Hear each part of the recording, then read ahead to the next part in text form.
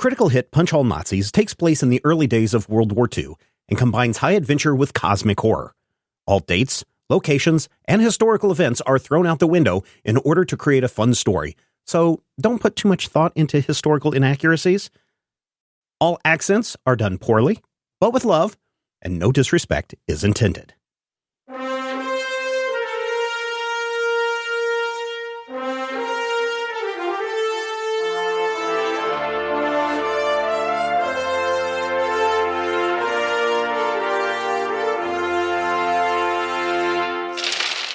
Last time on Critical Hit. Ah, Nicholas, welcome. How was your freshman year going? It went fine, Doctor. It's been a couple of years since my freshman year. Elias, what are you doing here? There's the Dr. Armitage I know. Helen Hawthorne, she's like, oh, we're gonna go do a thing? And you hear everybody giggling. It should be really interesting and really fun. And then she looks at you again, Blisco. Maybe you'd like to come with us? Yes. It is evening, and you are all hanging out in your hotel room. Or rooms. Could be multiples. I think we established we had two of them. Yep. Yeah. Two rooms. Yep. I don't know if we remember who's where. Is it Blisco and Doc, and then Yep. Okay.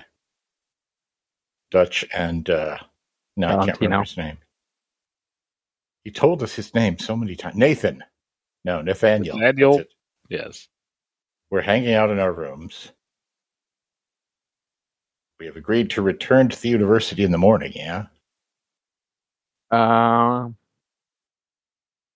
We agreed to return. And then there was the party. Yeah, there's a party. Oh, that's right, yeah.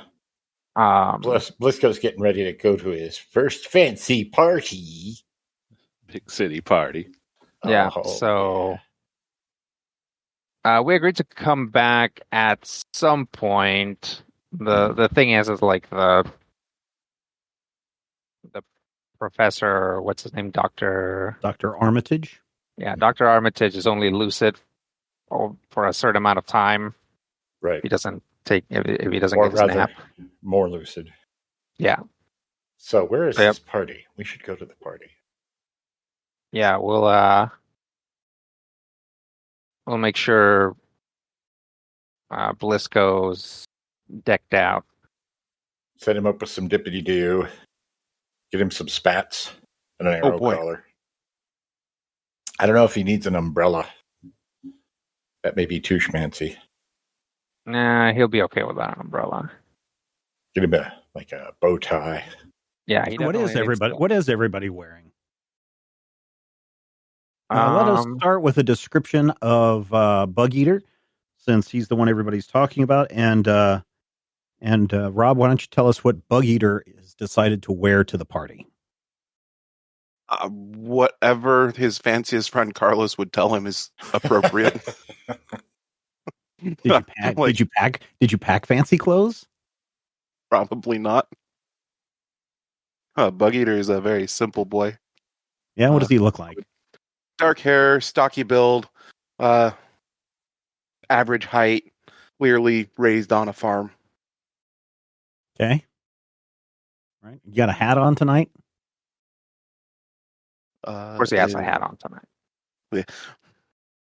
Yes, okay. Apparently I do. All right. Valentino, what are you look like and what are you wearing to this party? Oh, Valentino, to his friends, Nathaniel Braxton is a guy who has some pretty sharp features, high cheekbones, piercing blue eyes, blonde hair. He's probably just wearing some, let's say like a black turtleneck, some light tan slacks, some just shoes, so they at least spent a little effort polishing up, and maybe a jacket just to keep even warmer. Okay. All right. And then we have Doc. What does Doc look like, and what is he wearing? Doc, you could call him Dr. Nikolaus Helias, but you'd be wrong.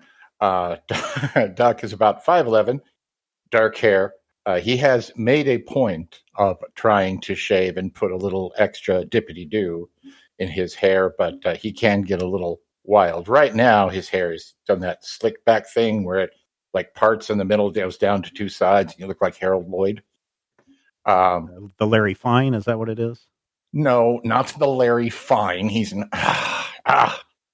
you're vegetable.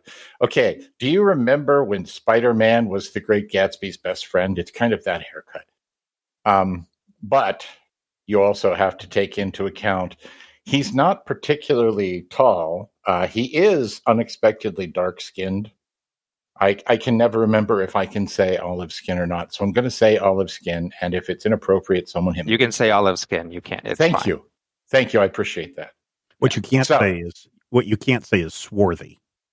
Okay, well, I would never say that. That's just gross. Okay. I mean, I think you can get away with swarthy. What you're not supposed to do Yeah.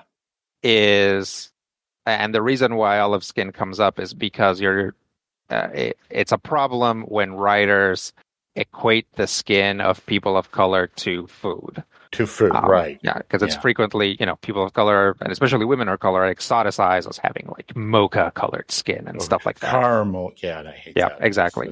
But olive skin is a specific thing. It means that you actually have some it's like sort of like actually kind of like green or like specifically like a dark brown overtones to your skin, which is different from having like peach skin or having like very light white skin. And from having like some people have reddish brown skin. Olive skin has like a darker, is like not as warm of a tone, and it's reasonable. It's perfectly fine to say somebody has olive skin. Perfect. I will keep that in mind, and the next time we have this discussion, 30% of the people will go, didn't he say he'd remember that last time? And the other 70 will go, have you been listening to this show for long? Yes. Doc is not good with the necessarily all of the social cues. And if you watch him, he's not an unpleasant looking man, but there's something about the darting of the eyes and the focusing of his eyes and maybe the width of his eyes that could be a little off-putting. I think he's probably wearing something dark. I figure it's 1939, so there's still like a tie, but it's like a nighttime tie.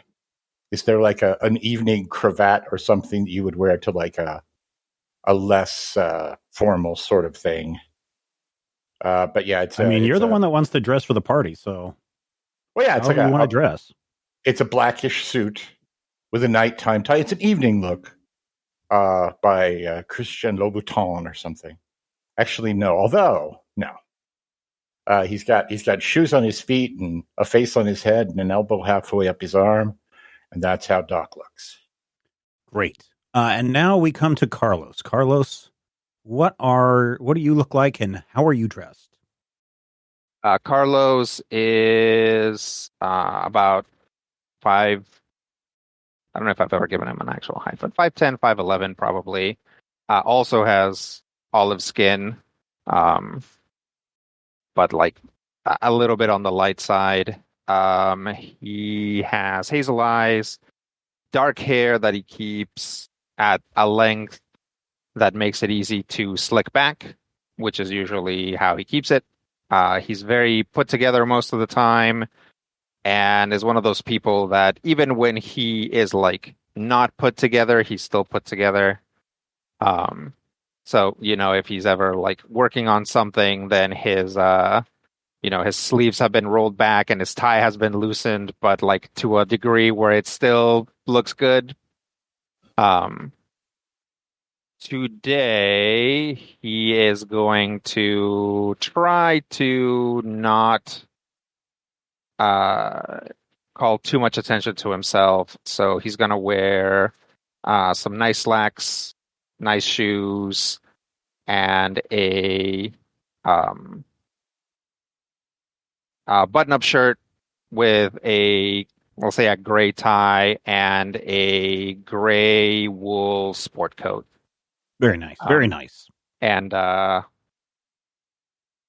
matching hat. Okay. All right. You head out into the night, and it is, it's still December. It is quiet. There's snow on the ground. The air is crisp. The sky is clear. You can see the stars shining in the air, and you start heading off towards the address that Helen Hawthorne gave to Bug Eater earlier in the day. You walk down the streets towards campus, and you can see that as you get into the college town, the quote-unquote college town part of the city, that you start to see rows of fraternity houses and sorority houses. And these are, ancient houses. Many of them look almost as old as the buildings that you see at Miskatonic University. Gothic arches. What do you call them? It's like a spiked fence that runs around the top of the roof. You can see those, and some of the buildings have lights on, and you can hear noise from inside. Others are very quiet because it is the holiday season. And then finally, you get to something that almost stands out, not in the fact that it's in the same architecture as every other house on the street, but this one feels run down. It feels dirty. There's something about this house is a little bit weird, but there's lights on in every window, and you can hear music and laughter and lots of conversations that are going on. And you are at the address, the frat house, the Wanna Tap a Keg frat house at Miskatonic University. That description of a frat house was a little too familiar. I mean, you're familiar with this building. I mean, you went to Miskatonic University. Oh, yeah. Yeah. Yeah, who knows what fraternities were extant in the 30s. Yep. Yeah, Dutch will stop at the, when they figure out what building it is, look around a little bit, see if there's any, see if there's anybody, on the streets as well, or if everybody's, gone off to bed. And if there's nobody else around, he'll go in. Yeah, sure. It's there's people that are coming in and out of the house. The nice thing, even though there's a lot of snow on the ground, the sidewalk and the steps are cleared of snow, so it's not like you're having to traipse through that mess to get up to the fraternity house. The trees and the bushes surrounding the house do look like they could use a good trim.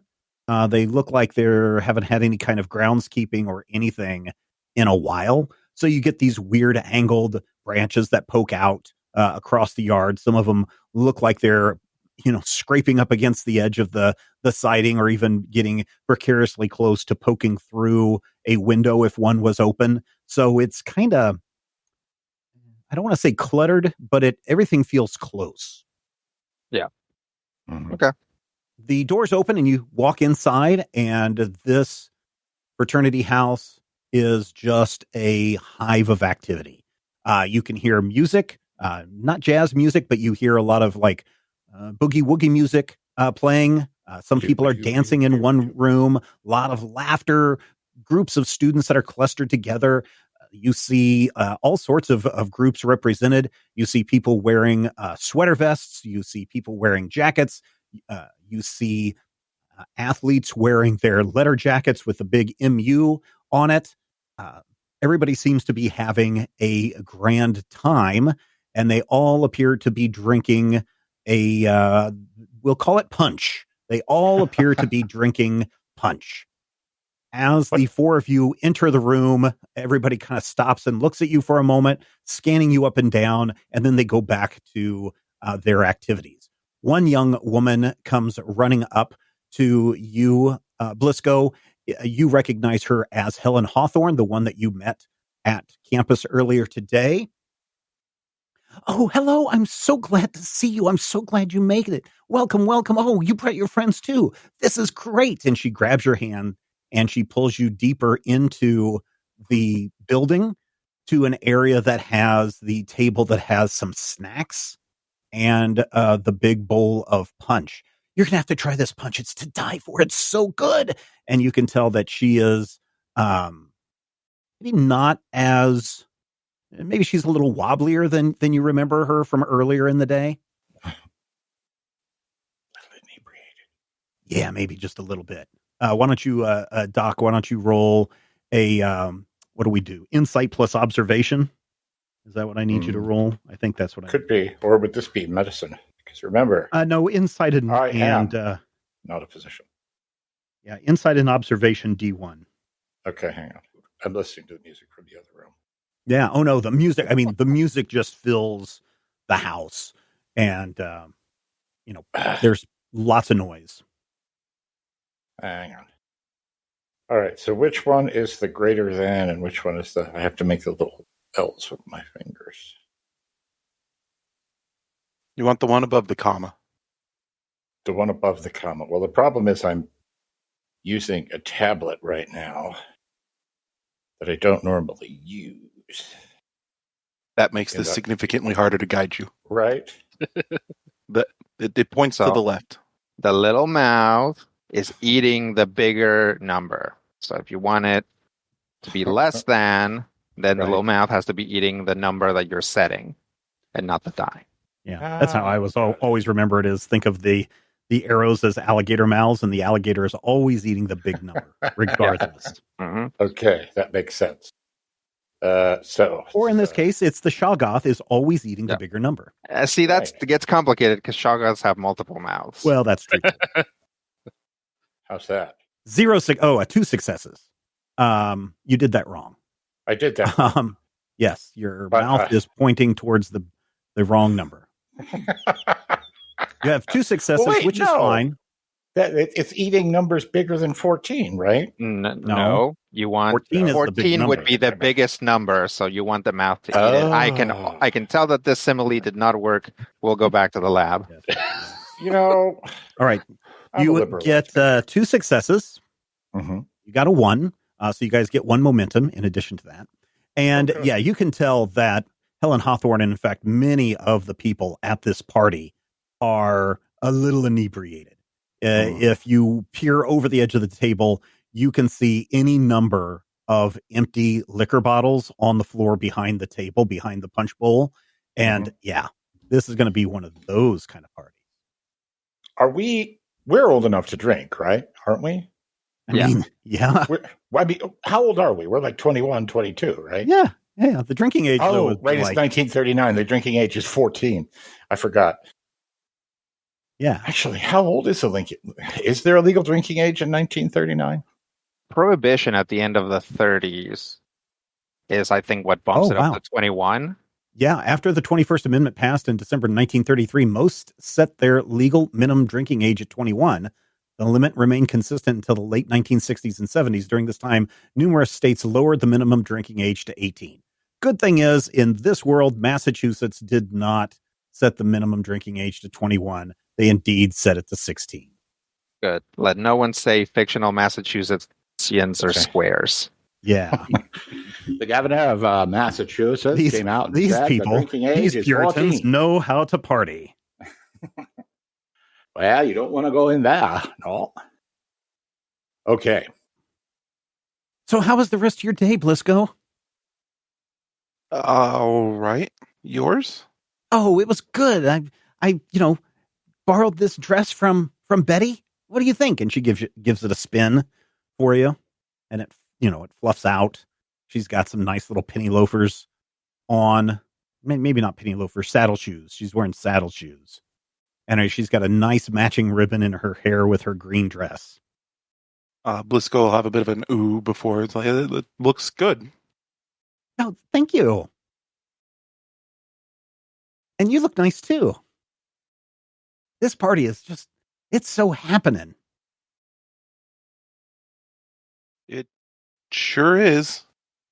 Here, and she hands you a glass of punch. Sip at it a little bit. It tastes like fruit punch with a weird taste on the backside. A strong alcohol taste on the backside. Oh man, Doc, when you looked over the edge of the table, it's like, what alcohol is it? It's all the alcohols. One of those punches. Yeah. I've had a couple of those. 15 different people spiked it with 15 different things. Yeah. So Blisco is chatting up Helen. What are the rest of you doing? Dutch will see if any of those bottles still have anything in them. They look pretty much empty. Okay. Then he'll have a little bit of the punch. Ooh, boy. And yeah, definitely a sipping punch. It definitely is a sipping punch. Yeah. The sipping punch would be so much better if it didn't have a weird spice taste to it, and if there were any other ice cubes that you could put in the glass. Yeah. So he will find a place to sit. Okay. Like if there's a couch or there's a chair or couch something nearby. Yeah, there's a couch nearby. He'll park himself at the couch, and then he'll try to keep an eye on Bug Eater, but Dutch's party style is to just let the party happen to him. Okay. And then see where things go. When you sat down at the couch, there were two girls engaged in conversation with each other. The one you sit on, one end, and there's a girl in the middle and the girl on the far side. The girl in the middle turns to you, and she has dark hair, very pale skin, dark eyes, and just this lipstick that makes her lips just stand out as almost blood red as she looks at you. And she is like, well, I haven't seen you here before. Oh, I'm just passing through. We're friends of Helen's. Oh, Helen. She looks over at Helen. Oh, she's talking with one of them. And she kind of flicks her hair. You don't look like you belong in this city. Oh, no? What do people from this city look like? Like Helen. Yeah. And then the girl next to her is like, oh, you're so mean. And then she goes, yes, Candace, I'm so mean. Mm-hmm. Well, like I said, we're passing through. We've graduated, but we're still doing the academic thing. So we're here on academic business, but Helen was kind enough to tell us where the party was. I'm Dutch. I see. Oh, I'm Ellen Carter. All right, not Ellen, Evelyn. I'm Evelyn Carter. Okay. And the other girl leans out and goes, and I'm Candace, and she shakes your hand as well. Yeah. And do you engage in any other conversation with them, or do you let them kind of Sure. I mean, if they want to talk to me, that's fine. If they want to turn back around and talk to each other, that's fine. But yeah, Dutch kind of make a little. That is easy company. Okay, they make a little small talk with you, but then eventually go back to some kind of gossip that they're doing with some giggling as well. Doc, Sure. what are you doing? I am trying to stay out of the lines of dancing fire. So if there are like people moving, I'm going to try and stay to the sidelines. And recalling the last time I had a little too much to drink, I think I might avoid the punch. Okay. So I'm going to see if somewhere there might be a soft drink or maybe just some water or something that I can have in a cup. Yeah, there's some water. And I mean, if somebody cute happens to be sitting awkwardly by the side, not sure whether or not she should talk to somebody, I mean, You take a drink of the water, and boy, this sure does taste like they added lots of alcohol to it. They spiked my water. Yeah. That's mean. At that moment, there's two very big and dark shadows that fall across you. Mm-hmm. You look and see two burly guys with bowl haircuts and big noses. They may not look like the smartest or the sharpest attacks in the box, and they're both wearing letter jackets, MU letter jackets with a little football pin placed on each one of them. And they look down at you and go, "What's up, bro? What are you doing here? I don't think I've seen you on campus before." Well, that's probably for the best. Yeah. Look at his hair. And he punches the other guy in the arm. He's like, "Ow, Zach, that hurts." Is there something I can do for you fellas? We just were wondering what you're doing at this party. You know, there's a lot more guys than girls, you know. And Jackson and I, we plan on taking a couple of these girls home with us tonight. Yeah, a couple of the girls. Well, all right. Don't let me stand in your way there. Yeah. Thanks, man. But probably be a good idea if you try to check out early. You know what I mean? Yeah. You know what he means? Shut up, Jackson. No, you shut up, Zach. Yeah, no. What do you mean, no, bruh? I mean, no. It's a good thing that our captain is here, because what I want to do you right now will get me kicked off the football team. But it's only because Herbert Handy, our captain of the football team, is here that I just don't pound you into a little grease spot right now. Yeah, doesn't pound you into a grease spot. Shut up, Jackson. And I look at him. And I'm like, sure. Gamoosh. Yeah. What'd you do? Punch him, or what are you doing? Just looking at him. Just looking him in the eyes. Giving him the crazy eyes. Are you? And I'm going to call him a gabamoosh. Are you okay? So we can do a persuasion plus will.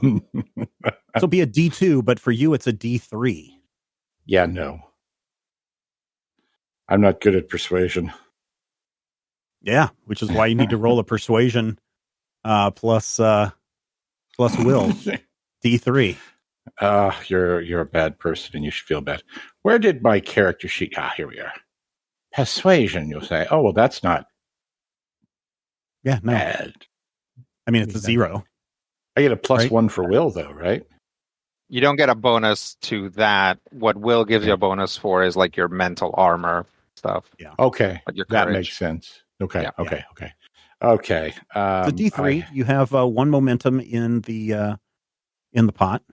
Yeah, I had to use the momentum. Okay.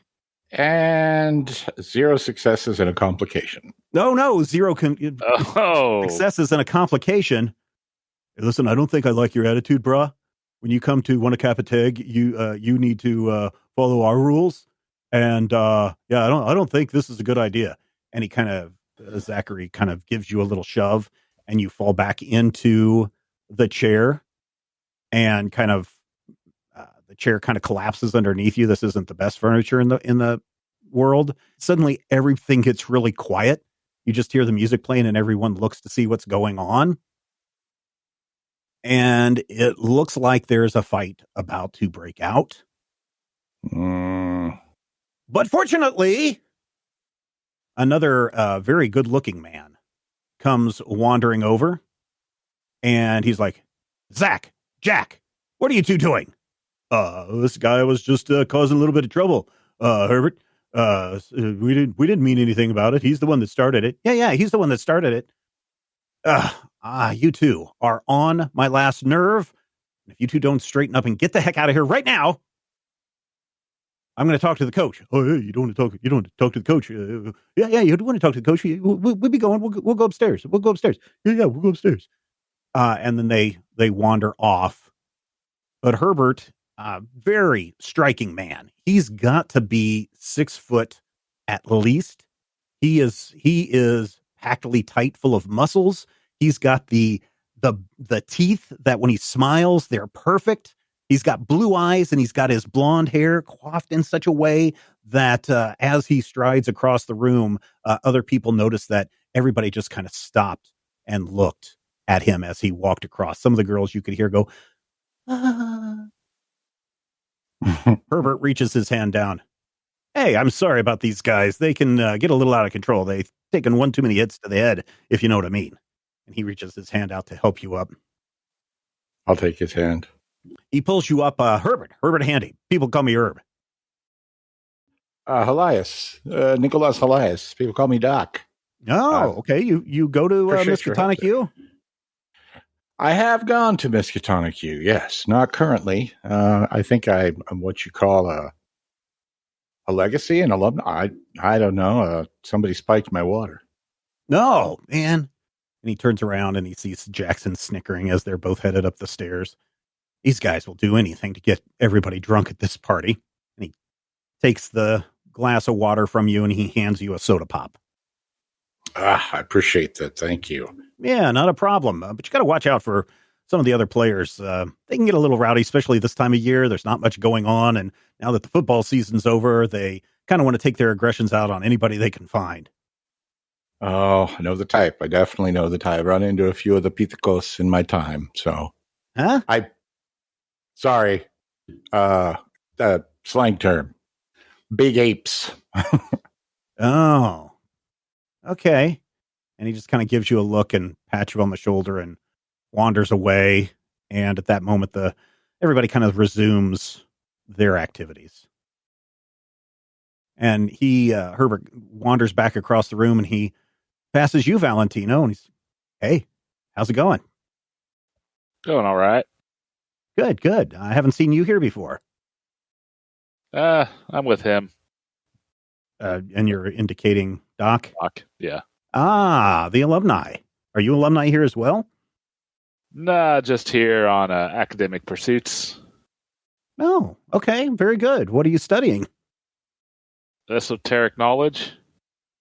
Nice. I've done a little bit of that kind of study myself. I know what you're talking about. And he reaches out and shakes your hand. I'm Herbert.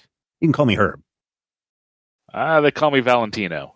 Oh, yeah, I can see the resemblance. And he's holding onto your hand probably a little bit longer than a normal handshake would be.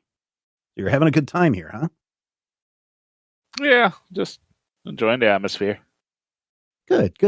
Well, I'm going to go back and take care of some business back in the kitchen. But if you need anything, just come find me. Yeah, if I should need anything.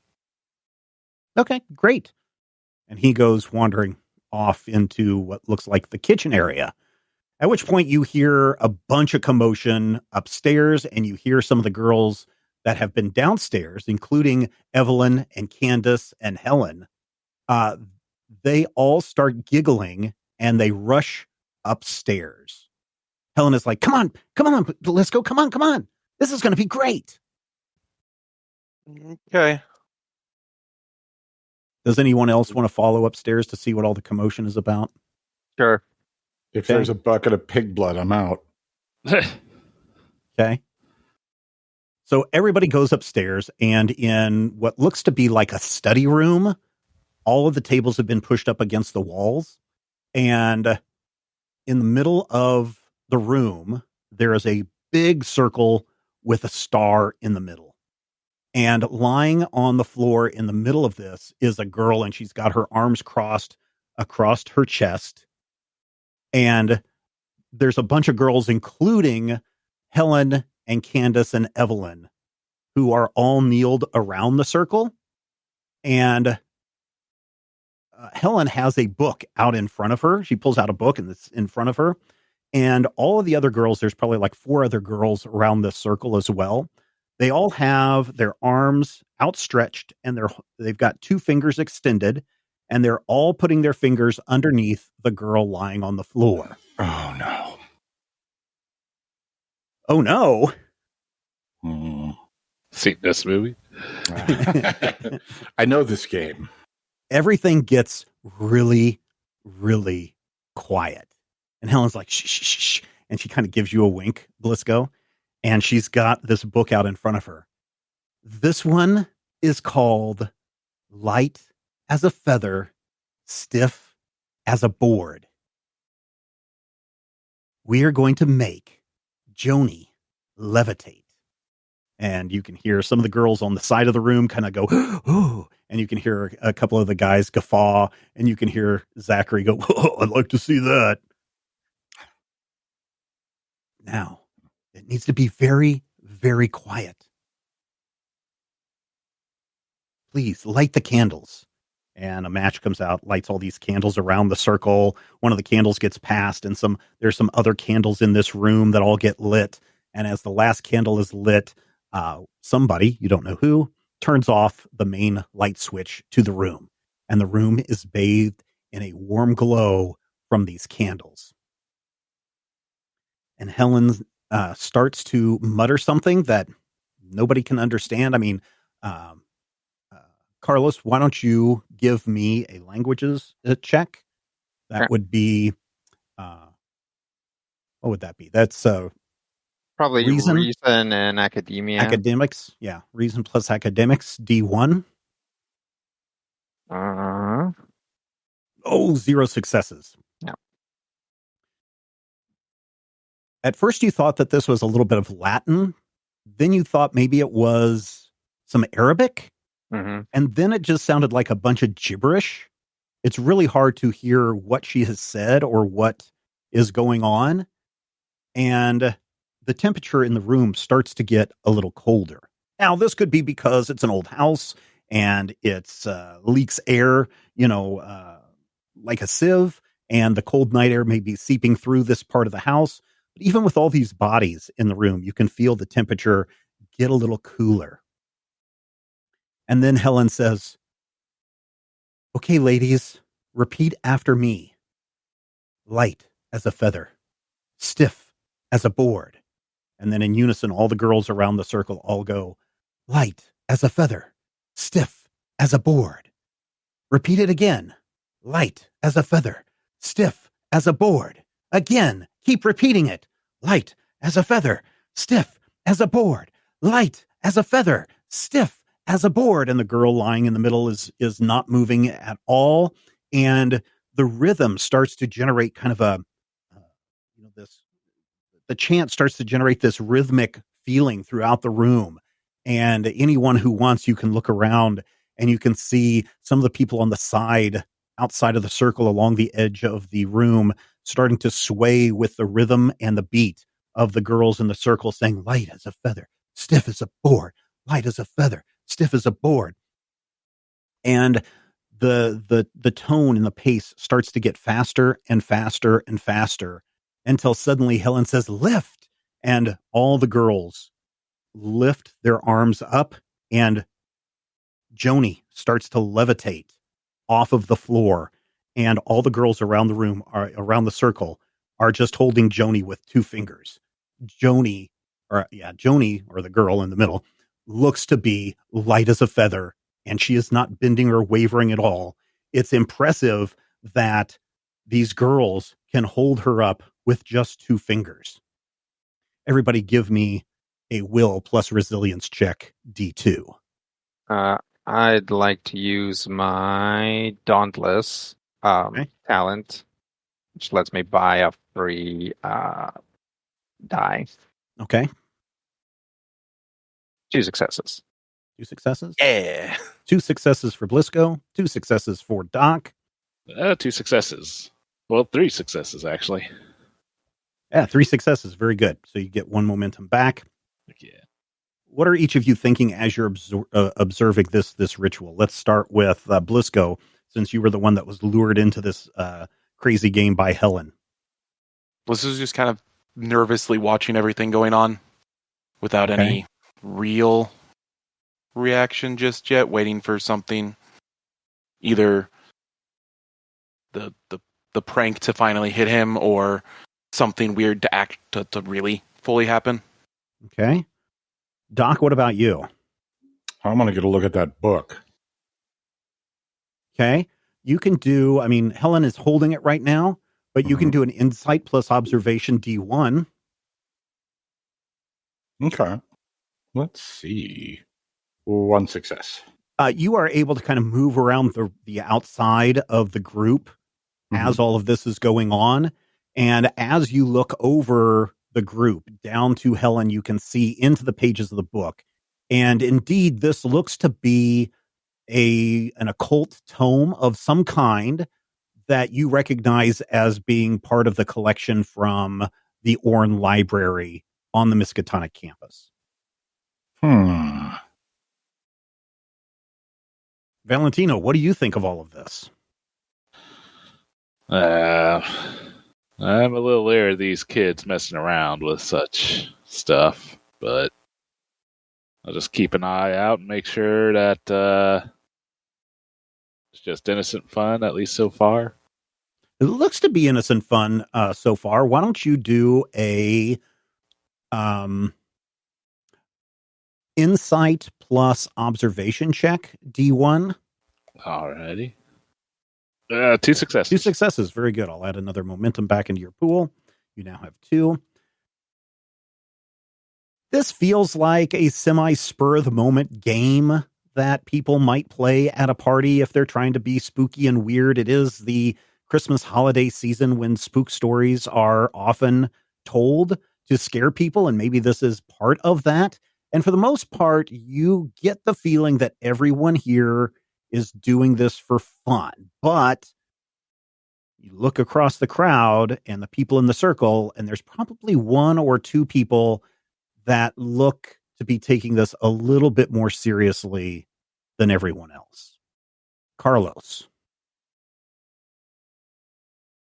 What Carlos thinks about what just happened? Yeah, of what's going on. There's a group of girls, like 6 girls, all holding this other girl up in the air with just 2 fingers, and this girl is stiff as a board, and she appears to be light as a feather. As advertised. Yes.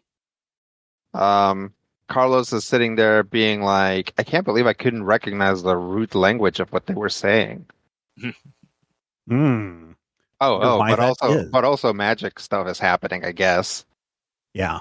And so we rolled a will plus resilience. Like a keep it together check. Like, yeah. Did it feel like a wave of panic should have happened or was like starting to? So at the crescendo of them saying their chant, you do feel something move through the room. And that could just be the nervous energy of everyone in the room. It could be some kind of psychic emanation that are coming from these people that are caught up in their chant. It could be some real force that is trying to do something to the people in the room. As someone who has now seen multiple transdimensional aberrations and been affected and unaffected by the spookies, can I think about it and maybe try and tell if it was some sort of like supernatural wave, or if it was just that like everybody was like gasping at the same time? You could like do nobody like took off running, right? No, nobody took off running yet. You could do a reason plus academia, or you could do a reason plus observation. Let's do academia. Okay. But this will be a D1 as well. Okay. I'm going to take a momentum if everybody's okay with that. Okay. Yeah. Go for it. 1 success. All right. You can tell that this is definitely real magic. You don't sense, because you passed your will plus resilience check, you don't sense that this is malicious magic. Sure. But at the same time, you know from what you've observed previously, what you've learned about magic through your interactions with your past adventures, that this is magic. And you only know a couple of people that know how to do magic. And here's a group of girls that look like they know how to do magic. And at that point, you hear Helen say, "Sisters, the spell is broken. The spell is undone. Lower our sister to the ground." And just as she says that, the girl that's been lying still the entire time drops relatively fast, but not hard, onto the ground. And the entire room, you feel a giant whoosh. Everybody feels this whoosh, so much so that all of the candles in the room go out simultaneously. And then you hear some people screaming. Oh! And then a light switch goes on and everybody's looking around. You see the girl on the ground sit up and she smiles. She goes, "How was that?" And everyone's like, suddenly that seems to break any kind of tension or fear that's been going on in the room. And everybody starts applauding. There's nervous laughter. Everyone is giggling. The girls around the circle get up and they're hugging each other and shaking each other's hands.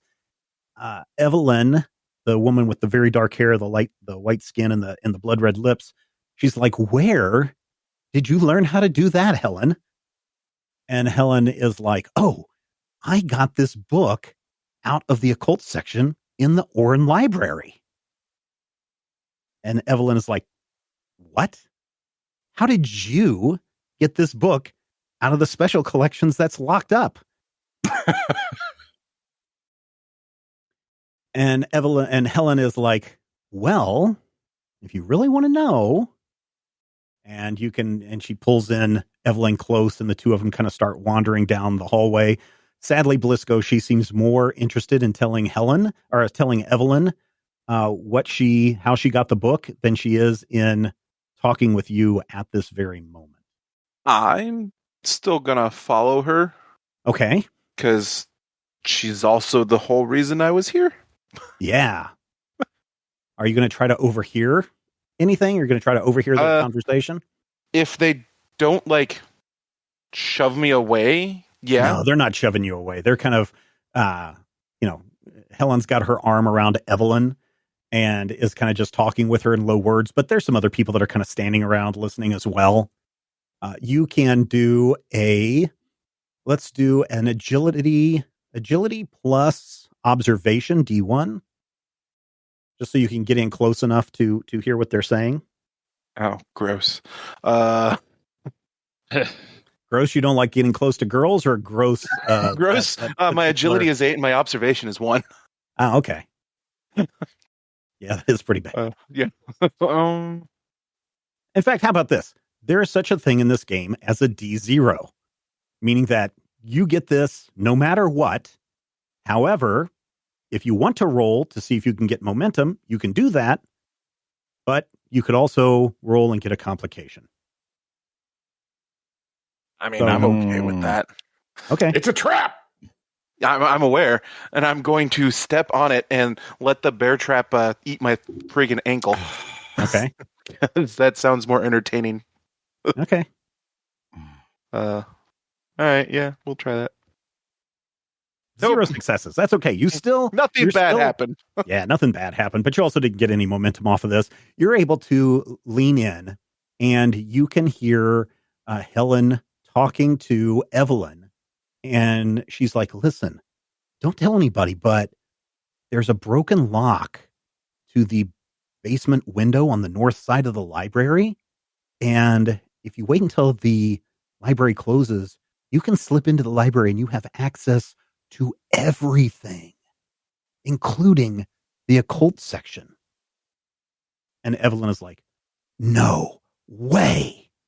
And Helen is like, yes way. What about Napoleon? Well, let's just say that Napoleon is a big fan of hamburgers from Velma's Diner. And she gives her a wink and she closes the book and they both giggle and they turn and they see you, Blisco. And she's like, "Oh, Blisco, hello. What did you think of our little magic act?" That was quite the thing. I know, right? I know, right? I found this book not too long ago, and it is just full of the craziest things. Like, you can make a rat get up and do a dance. You can make somebody forget something that happened over the last hour. This is a very cool book. Make someone forget something? Yes. Huh. Seems like it might also be a little dangerous, though, right? I mean, I guess. Nothing bad has happened yet, right? And look how much fun everybody had. True. Oh, I'm so glad you came to the party, Blisco. Me too. And she leans in like, do you want to kiss me kind of lean in kind of thing? How oblivious is Blisco here? I don't know how oblivious is Blisco. How about you roll an insight plus oh my gosh. Insight plus observation, I guess. Sure. Or insight plus resilience. Which one do you want to go with? Probably insight plus observation, and we will make this a D1. Okay. Blisco's not as oblivious as I would have expected. Yeah, you got a success on that? Good. Yeah, it's pretty clear she wants you to give her a kiss, that she's really into you. Blisco will lean in. Yay, and at that moment, as your lips meet, one of the bulbs on the wall explodes in a shower of sparks. And everybody kind of freaks out. And Helen's like, well, maybe we should go somewhere else. And she leads you back downstairs. Okay. And the group upstairs also starts to head back downstairs. Certainly the explosion of the light bulb gets everybody a little bit more freaked out after everything that they've seen. At one point, Helen is going down the stairs and there's a sofa table or not quite an end table, but you guys know what a sofa table is, right? Kind of a long, thin table. But it's that you usually put behind a sofa, but this one's up against the wall as you're going up the steps. Mm-hmm. And she sets the book down and she takes Blisco by the hand and you two start to dance to the music. Dance to the music. Mm-hmm. Do we see this? Yeah, good. Yeah, sure. Everybody's kind of following down the stairs at the same time. It's kind of crowded as everybody's coming down. You hear some people downstairs going, what happened? Tell us all about it. And you hear some other people going, oh my gosh, you won't believe what I just saw. This girl just lifted off the ground like she weighed nothing. And then you can hear like Zach and Jack are like, oh man, bro, I don't know if I believe that. Gotta watch out for these witches, man. They can be bad news. Yeah, bro, maybe we should get out of here before something bad happens. Yeah. You know what mom said. Stay away from them witches at Miskatonic. Yeah, let's go. And you can see Zach and Jack kind of push their way outside the fraternity and head out into the night, even though these two dummies live at one keg. They're probably going to go down and get like a grilled sticky and kill some time till everybody leaves. Yeah, or kill somebody. Who knows? Do we have the ability to steal that book? I mean, sure, you can pick it up. It's right there. Valentino, get the book. Yeah, I'll slide on over and pick it up. All right, you pick up the spell book. On the outside, it says The Great NATO's Party Tricks for All Occasions.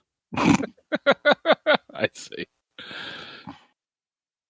All right, I'll just kind of flip through it. Sure. Inside, one of the very first things, there's a warning on the inside that says these tricks should not be attempted except by a skilled practitioner of the way, and you have been warned. And it's written in very spooky letters and everything. And there's a pair of eyes staring back out from the page of the book. And then as you flip through it, these appear to be just like mundane party tricks. Like there's the light as a feather, stiff as a board. There's this one called Bloody Mary. There's this one that is what's the one called that all the kids are into these days, Doc? The one that all the kids are into? Yeah. That's the one where they make a snake appear out of a basket. Oh yeah, they've got that one is in there. There's the whistles, they've got Pigs and Whistles. That's another one that's in there as well. Yep. There's one that says make your friends forget for 1 hour. Yep. There's another one that's mesmerize small animals, and there's like just a dozen of these things that are in one here. One that'll turn your friend's pee blue and freak them out. Yeah, there's not that one's not in there. Unfortunately, and sadly. Oh, wow. I remember that would be a little medical school. I'll be happy. That would be that would be a little bit too adult for these party games. But at the very end, as you're flipping through this, you notice that there's some weird symbols in here and some weird language that you don't quite understand, but you see something that kind of reminds you a little bit of the spell that you know. But that's about it. You can roll a will plus resilience, D1. One success and one complication. Yeah. All right. So you have read through the book. You flip through it. You recognize it for what it is. You are concerned about the name, the Great NATO's party tricks on the cover, but you realize that this is a real magic book, and it probably shouldn't be out in, general public's hands. At the same time, this bothers you enough that you take 1 mental damage. Ooh, okay. There's just like this pain kind of throbbing right behind your left eye. It suddenly just starts up after you finish flipping through the book. With that out of the way, the clock on the wall starts to strike 12. And you start to see some of the partygoers gathering up their coats and heading out into the night. Is there anything else anybody wants to do at this point? Yeah, I'll make sure Blisco knows where to meet up with us. Blisco, you find Blisco and Helen kind of in the corner of a room, sitting on a chair. And Blisco kind of has some lipstick on his left cheek and some on his right cheek and a lot of it on his lips. Mm-hmm. I'll go by and say, well, we're taking off. Blisco, you want to meet for breakfast tomorrow? Yeah. All right. Helen? Yes, you. That was just like a bye. Yeah. She couldn't remember your name. Yeah. Okay. Great. Fantastic. So he'll walk and basically walk out of her line of sight, but still on Blisco's, and he will with 2 fingers point at his eyes and then point at her. And then make my way back out. Okay. So you're exiting out of the frat house? Yep. Okay. Valentino? Yeah, I'll follow Dutch. Okay. As you're getting ready to leave, you hear Herbert say, "Hey, thanks for coming." Yeah, nice meeting you. Yeah, don't be a stranger. Hope to see you again real soon. Yeah, we'll see. Don't know how long we'll be in town. Okay. And he seems oddly weirded out by that comment. Doc, what are you doing? Sneaking out. You're sneaking out? Okay. Yeah. As you're sneaking out the door, and you're walking down the front step, here comes Zach and Jack. I told you we lived in this house. Yeah, shut up, man. and they go inside and they close the door. Blisco, you don't have to go into any lurid details, but do you proceed with your romance, or are you a gentleman and you walk her home, and or are you doing something else? Gentleman. Okay. And is there anything in particular that you talk to her about as you're walking her home? It's not very far. It's like 3 doors down to the sorority. Gamma, gamma, gamma.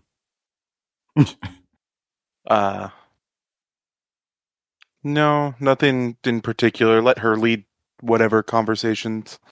This has just been the most wonderful night that I've had in such a long time. We finally got this cool spell to work as a group. That was exciting. I got to drink maybe a little bit more than I should, and I got to meet a really cool guy tonight. I enjoyed myself as well. Oh, that's so good. Your friends keep saying that they're not going to be here for very long. Is that true? Yeah, we only came down for some specific information, and then we're headed on to our next stop. Where's that? It's in Kentucky. Oh. When will you be back this way? That depends on how everything else goes. Oh, and she seems very sad. Well, I've certainly had a good time. I did too. Is this your address? Yeah, you can always write to me, Helen Hawthorne, Hawthorne. You can always just send it care of Gamma here at Miskatonic University. I will. I hope to hear from you. Do you have a place that I can send you a mail? Do I have a place that she could send me mail? Absolutely That is a good not. question. Definitely not.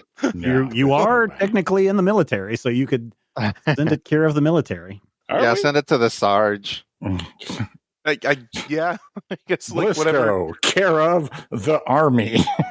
Yeah, pretty much. Wait, you're in the Army? Yeah? No way. And she gives you a shove. My night is even better. Oh, and she kind of goes, and she gives you a big hug and an even bigger kiss. And she's like, I can't wait to tell the rest of the girls, good night, Blisco. And she runs inside and slams the door. Well, I have a library to break into now. Oh, is that where you're going? Is to break into the library? I'm gonna go find the rest of the guys and tell them exactly what exactly how to break into the library and whether or not, and then find out if that's something we want to do just yet. Okay, so you head back to the hotel. Oh, hello. Your friends have already returned and they're upstairs, sir. Thank you. Yes, good night, sir. Head upstairs. I'm only here because I like doing this voice. I just imagine that every time that guy pops out from behind the desk, like all of us just pull out our pistols and point them at him, and then we just kind of squint and then slowly put them back. Oh my! All right, so you go upstairs, and it's now 1 o'clock in the morning, 2 o'clock in the morning. I don't know how long you and Helen were talking, but it's late. That sounds right. Is anybody still awake? So we left around midnight. And yeah, it's 1. It's 1 or 2. Yeah. Then yeah, probably. Definitely. Dutch try to get a sketch of the circle. Oh yeah, this would be just a regular pentagram. Yep. And is probably chatting to Valentino about it, just because Valentino got to look at the book. Yeah. So Dutch, and if Doc wants to be in here too, then they're probably drinking some coffee and just talking about what all they saw. Yeah, definitely. I think we should debrief. Yep. And then, when Blisco comes in, we're all or at least Dutch is whoa. Yeah, in fact, the studio audience is woo. And hopefully you at home also did that at the same time to make it feel like a real studio audience. Yep. clap on the bus. The other bus riders will appreciate it, I'm sure. Exactly. Yep. Wow. Back home earlier than I expected. What do you mean? Nothing. Have a seat. We're talking about the spell we saw. About that, they stole the book from the library. I know how to get in. Oh, really? Yeah. Okay. Well, that simplifies one thing and complicates another. Because I feel like we were starting to get somewhere with Armitage and his daughter. Yeah, my vote would be let's proceed with the diplomatic route and maybe keep that in the back pocket if things go south. Okay, is it complicated to get in? No. There's a broken window. Okay, so just jump in through the broken window. Anything else? That was about it, wasn't it? Like there was one other. I caught one other thing. Rob doesn't. Woof. Woof, woof. Oh yeah, the dog. Man, I'm gonna have food on me anyway. Like it's a character trait now. The dog likes the burgers from Velma's. Okay, picky dog, I guess. I don't know if he's picky. I think he just has good taste. Oh, there you go. Like, Dutch has a pad and he writes down gourmet dog. Well, Doc knows, and maybe you do too, Dutch, because you spent time in Arkham. Vilma's Diner, kind of a little greasy spoon. Mm-hmm. Yeah, it's not fine dining by any means. Towny dog. Yeah, it's a towny, greasy spoon, stick to your ribs kind of joint. Okay. You go in there and you order yourself a cheeseburger and some fries. So, okay, yep, we'll keep that in our back pocket. Good to know. Anybody have any observations about what we saw? I mean, there seemed to be some bit of authenticality to that book there. Yeah. I mean, by now we've seen enough stuff that I can tell you that was real magic. That wasn't a trick. My best guess is that Great NATO's probably just cribbing from some more authentic sources without really knowing what he's doing when he's publishing that.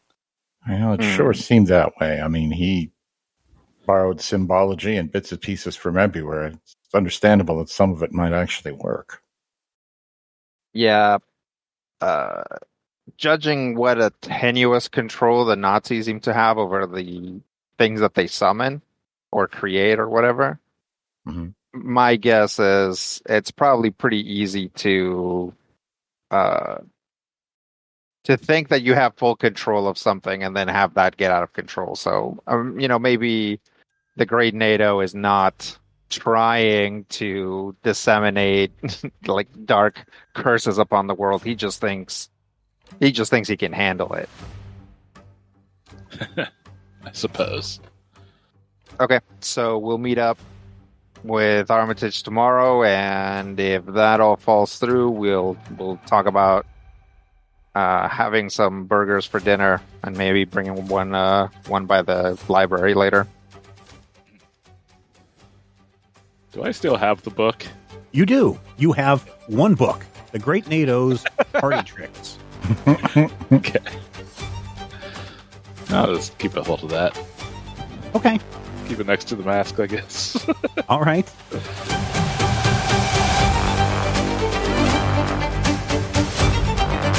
Critical Hit Punch All Nazis is a production of Major Spoilers Entertainment and was produced and edited by me, Stephen Schleicher. If you would like to get a behind-the-scenes making of this episode, be sure to check out the GM Roundtable Octoon Cthulhu Edition at our Patreon page, patreon.com/Major Spoilers. Each week I discuss my plans for the upcoming game session, and Dr. Brad Will is there to share his reactions and advice on how to be a better game master. I will warn you, though, there are spoilers galore in every installment of the GM Roundtable Octoon Cthulhu Edition. So, if you don't like spoilers and don't want to know what I am planning next, don't listen to these episodes. Though, I will say, if you do listen, you'll be able to see how and where the players throw a wrench into my plans, and you're also going to have greater insight into the world that's being built into this campaign. Finally, we want you to record yourself doing your best on Critical Hit and send it to us at podcast@majorspoilers.com, and your voice will join the growing chorus of fans in upcoming episodes as well. Thank you again for listening this week, and here's hoping all of your dice rolls are critical hits.